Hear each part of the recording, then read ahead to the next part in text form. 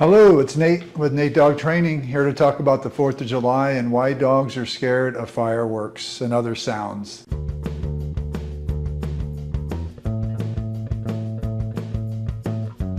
It's pretty simplistic with a dog's brain. If you pet them when they're scared, you'll make them you're going to reinforce that fear. So if they get scared of something, everyday life stuff, and you pet them, you're inadvertently telling them it's okay to be scared of that sound, and they'll mark that as a negative, and then every time they hear it, they'll think they're supposed to go into that shaking or the fear or whatever it is. And it's unfortunately it's because you pet them or you said it's okay. It's hard. It's human nature to want to pet and comfort them, but you just can't. You can't do that with animals, especially a dog. It's just going to make it worse. So the best thing that you can do is, look, I know most of you have already done that and comforted them, and you didn't mean to, but that's, been conditioned now. So it's going to take some time to get rid of that, to make a different association. But the beauty of a dog's brain is you can do that. So, what I would suggest if your dog has these drugs isn't going to work, all this stuff to just band-aid it for the next time is not going to help anybody. Educating yourself on why they do it. And pretty much if you do my program, you control the leash, the barking, and the movement in the house, you're going to have what I have here. Even with fireworks going off, they're not going to care. You can influence a dog so much easier when they see you as a parent.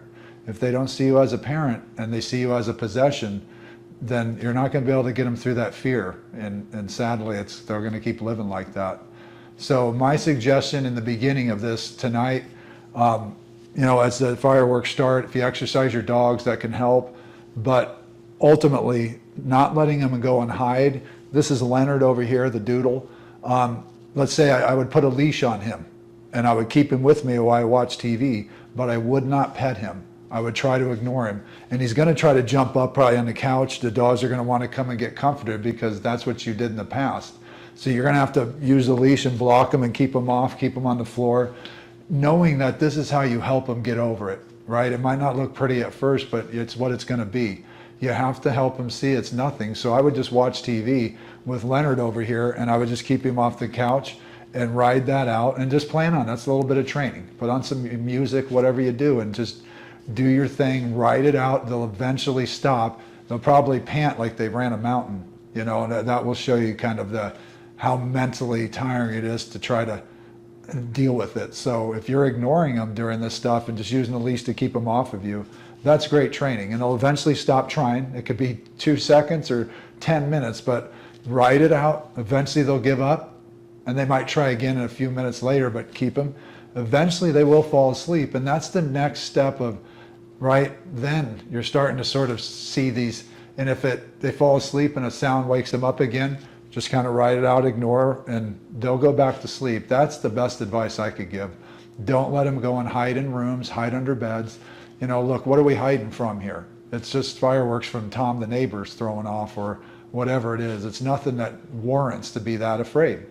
But if you let them go hide, that's what they'll do. They're almost self-soothing, but it's all wrong. It's self-soothing what? The same thing that's going to happen every day on New Year's, 4th of July, and who knows, half the time people just do it anyways in some neighborhoods. So it's better to do it this way and not use a Band-Aid and just go about it the dog psychology way. Removing them, putting them in a crate, a playpen, that isn't going to help either. Those things are doing all the work. They're not really learning. They've learned that that's a safe place, but isn't your house safe? My house is safe. I don't need my dogs in a crate to feel safe. So this is the stuff that you have to do to help your dogs move on from sounds, fireworks, thunderstorms, things like that. So my suggestion, use a leash. Don't pet them. Try not to comfort them. When they're in a happy-go-lucky state, pet them all day, right? So understand that you're going to give them affection, but you're only going to do it when you know that they're not worrying about anything, all right? For more information, please check out natedogtraining.com. And if you want to up your pet parenting skills, please check out my new book, How to Train a Rescue Dog.